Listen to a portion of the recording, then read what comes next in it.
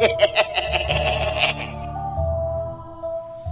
once again to another exciting episode of the Throne of Angels video blog. As always, I'm your host, Mr. Derek Osborne, joined today by my friend and Mishima stand-in, Ian Hunter. Thank Ian, you. say hello. Hello. Hello. Everybody say hello to Ian. What's up, Ian? All right. Why is Ian here? Well, because by God, I'm going to make this Warzone thing happen. I swear. You know, obviously we are on subject number 3 for this army. You are filling for subject number 2, my buddy Bryan, who, Yes.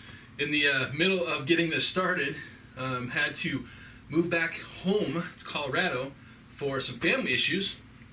But he's doing well. Bryan, what's up, buddy? We'll talk to you, I know, soon, because I've got a little box package here to ship out to you with some Wrath of Kings stuff. We'll talk about Wrath of Kings in a later episode. But what are we doing right now? Project Warzone, Capital versus Mishima. Yes, we're finally getting this rolling. And by rolling, I mean I've got models assembled. Ian's got models assembled. I've got models that are halfway painted. Ian's got models that are primed and one that's painted.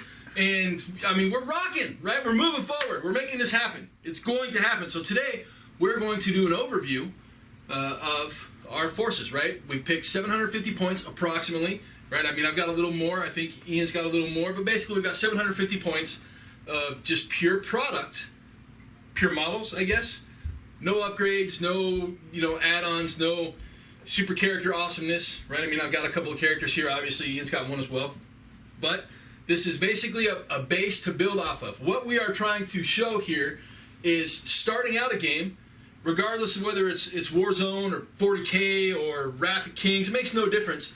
If you have a guy or a couple of guys or a couple of guys and gals, some people, right, 3, 4, 5, 12, it makes no difference.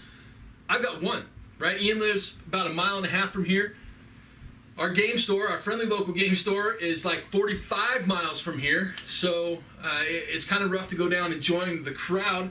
But Warzone is actually taking off at the local game store, which is awesome. We've got a regular group of, I don't know, about a dozen people or so that are playing on a regular basis.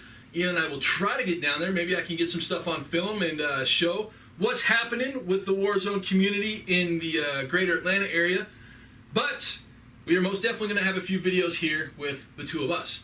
So today we're going to do an overview of the force and or forces and what we are looking at making happen, or at least what we're going to put on the table at the very least, as well as the following video, Painted Forces, a review, and getting ready for battle reps, right? Correct. Yeah, okay, so following that will be the battle rep, right? So 3 videos coming for Project Warzone, Capital versus Mishima.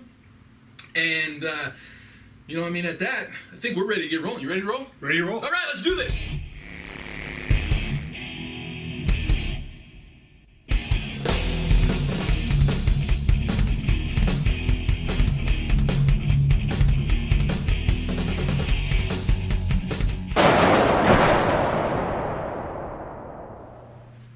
We're going to start with the Capital, right?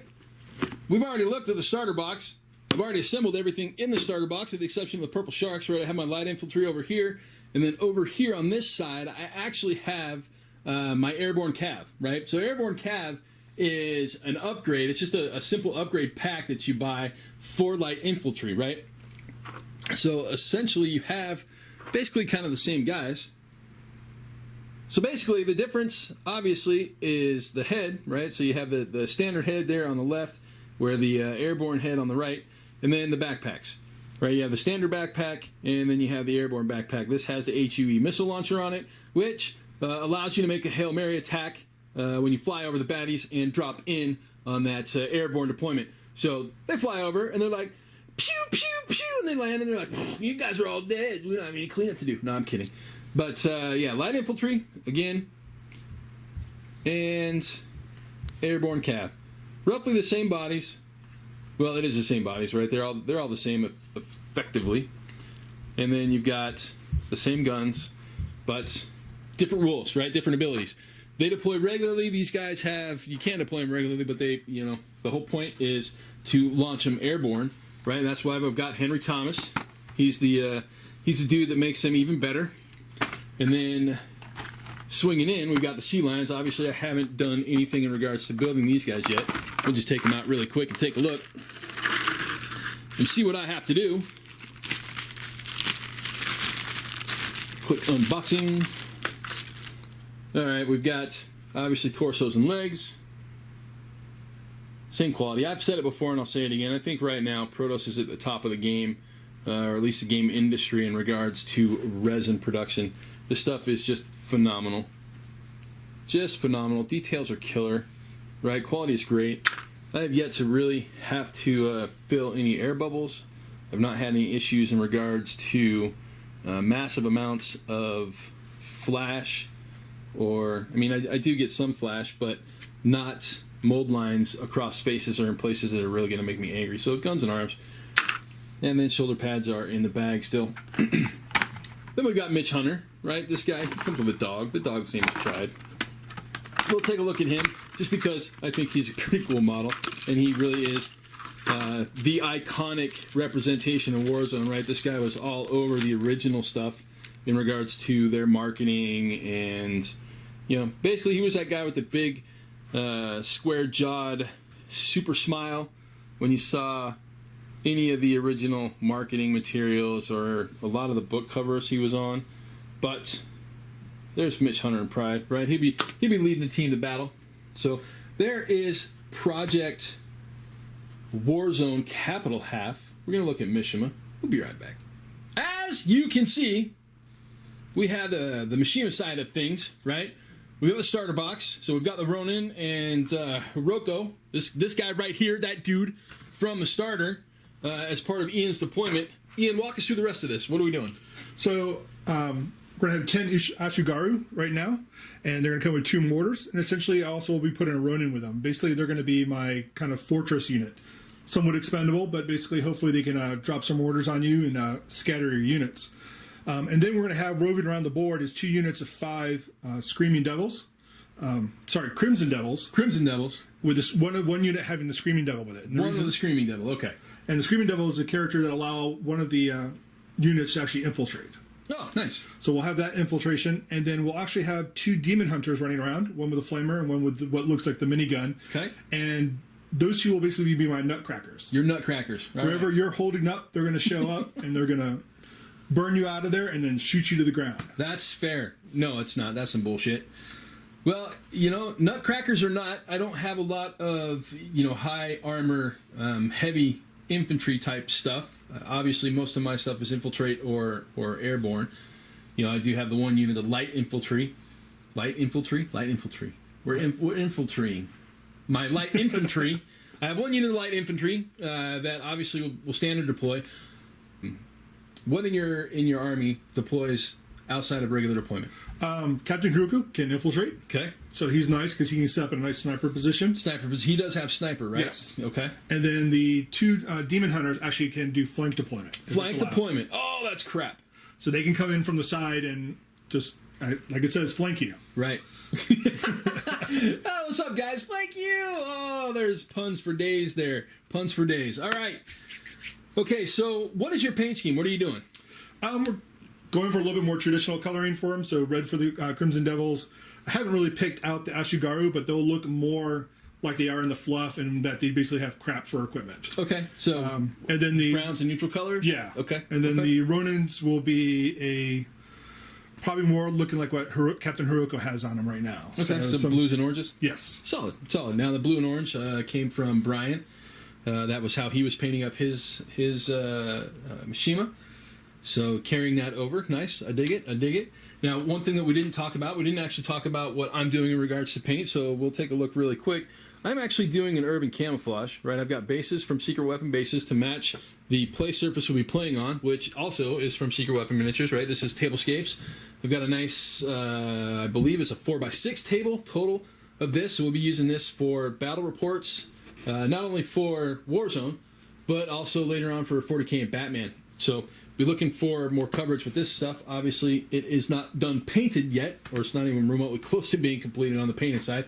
Working on that, so work in progress. But I do see that you have some bases that are close to matching, and it looks like you're probably going, you know, roughly the same way in regards to basing to match the Ruined Urban set on the on this side. Urban camouflage is the way I'm going, right? Obviously, since I'm painting these, I'm using the same color palette to paint my infiltrating and airborne deploying cavalry capital force. So we've got core line troops, we've got mortars, which probably are going to suck. We've got some nutcrackers, and we've got some Crimson Devils, who, quite honestly, are, on paper at least, they look like a huge pain in the ass. Anything that we've missed or that you've left out? We'll be playing with what powers I take. So Okay. the Ronin and a couple other units can pick out some powers that'll help them with a little bit better stats, is what we're looking at doing. So making the Ronin a little bit better fighting, and the Screaming Devils a little bit more, hopefully a little bit tougher for you to... A little more survivable. Yep. Well, they'll obviously be a huge pain in the ass for me to deal with. I will have, obviously, a couple of fire teams myself. I've got 20 total Sea Lions that will be infiltrating on the table. Based off of what I'm looking at will depend on how I deploy them. I may deploy them as squads of 5, might deploy one as 10 and 2 as 5. We will see. Now, the airborne obviously will deploy as 2 of 5, where the light infantry will deploy as a single stand of 10. And then, of course, I've got Henry Thomas and Mitch Hunter rounding out the force. Now, again, for those of you who are keeping track of points, I am over 750 points, just bare. So, obviously I'll have to make some concessions in certain places. Where are you at point-wise? I'm right at 750. Right at 750. Okay, and that's without any abilities or any extra. No, that's with a couple abilities thrown in there. But Okay, one a or two couple key abilities, powers. Yeah. key powers and upgrades. Okay, got it. All right. I still have to do, obviously, list building exercise for my stuff.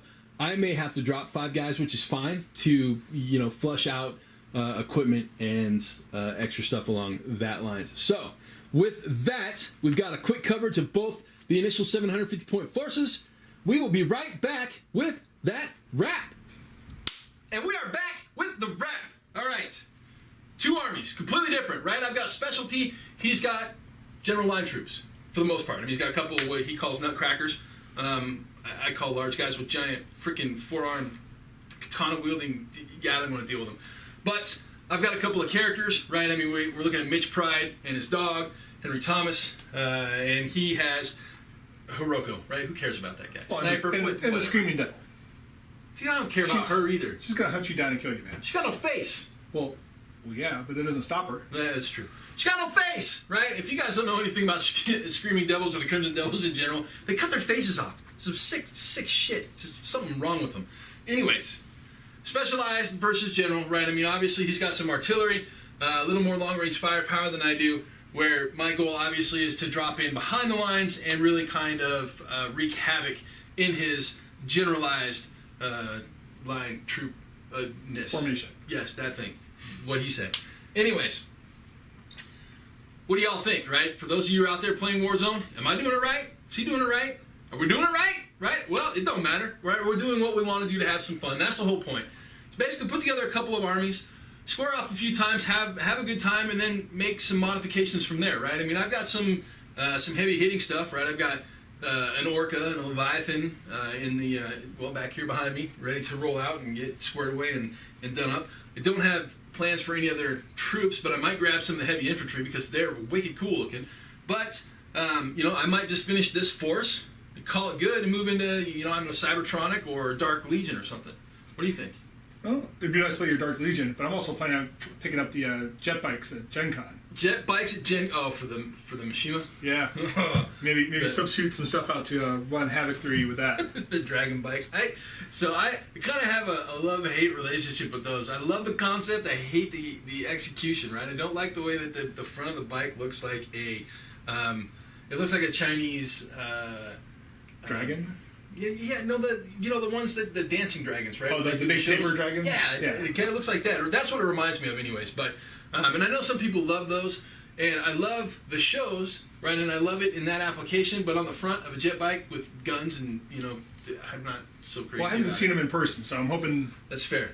Hoping they look a little bit different. Yeah, that's true. And by the way, Protoss will be at Gen Con this year. Obviously, we are both headed in that direction in a couple of days. So we are shooting this literally the weekend before Gen Con. So this will be edited and up before I leave, get on a plane Wednesday morning. Ian's leaving, tomorrow, right? Maybe Monday to drive a truck up, yeah. Monday to drive a truck up. He's driving a truck up for CMON. So if you want to see Ian and say hi and you're going to Gen Con, please do so. Good luck finding me. I will be dispersed throughout the crowd. I have a ton of meetings and a bunch of business stuff to deal with. So you may or may not find me or see me, but if you do, by all means, please feel free to stop and say hi. However, Project Warzone. Next up, we'll be looking at completed armies and basically battle plans. Exactly. Right on. All right. Ian, thanks for joining me today. Thank you for having me. All right, gentlemen and ladies and people out there who are watching, as always, thanks for joining us, and hopefully we'll see you in a little bit better than 2. Late!